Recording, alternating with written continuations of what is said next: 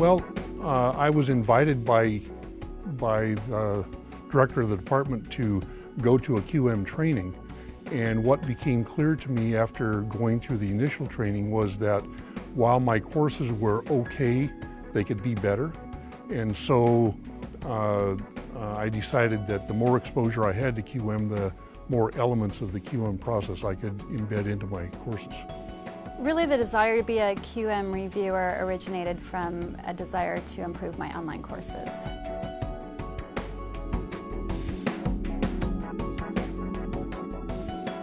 4 out of the 6 reviewed courses I was a reviewer as a subject matter expert, the other 2 as a general reviewer. The only role that I have played is subject matter expert, and one of the courses was here at Chemeketa. It was a psychology course, and the rest of them have been from around the country. But generally it's youth-related or corrections-related. I may be one of the few reviewers in the system right now with a corrections background, so I get called upon.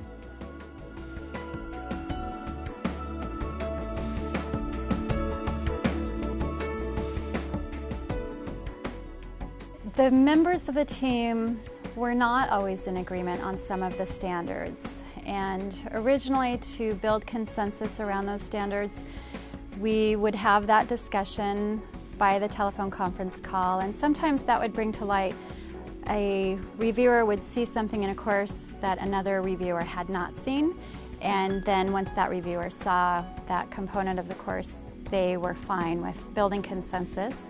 At other times, establishing what the 80% benchmark in the Quality Matters program can be a personal decision.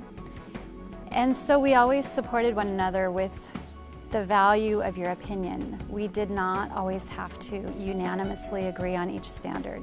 Yeah, there was one of the reviews where one of the reviewers was a lot more of a purist on the rubric than the rest of us were, and we basically negotiated, and I'm not sure how pleased she was at the end, but where I'm at is that generally speaking, in fact I think 100%, people volunteer to be reviewed, and so you need to be respectful of their work, and in that regard then you can make all kinds of suggestions, but I'm pretty open to where they're at in terms of my grading of the rubric.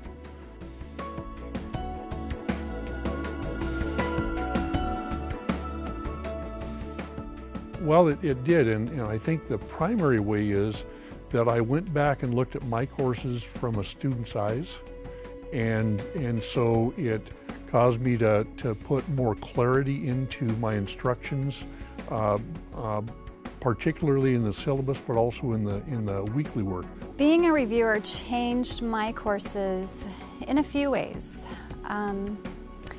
First major way is I built a getting started note to students to give them a general overview of the course and establish a set of very specific guidelines on what to do that initial week of the course.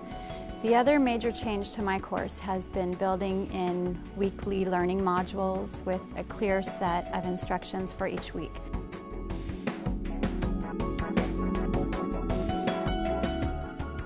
I would definitely recommend being a peer reviewer for the QM process. It really gives faculty a good perspective in looking into somebody else's course.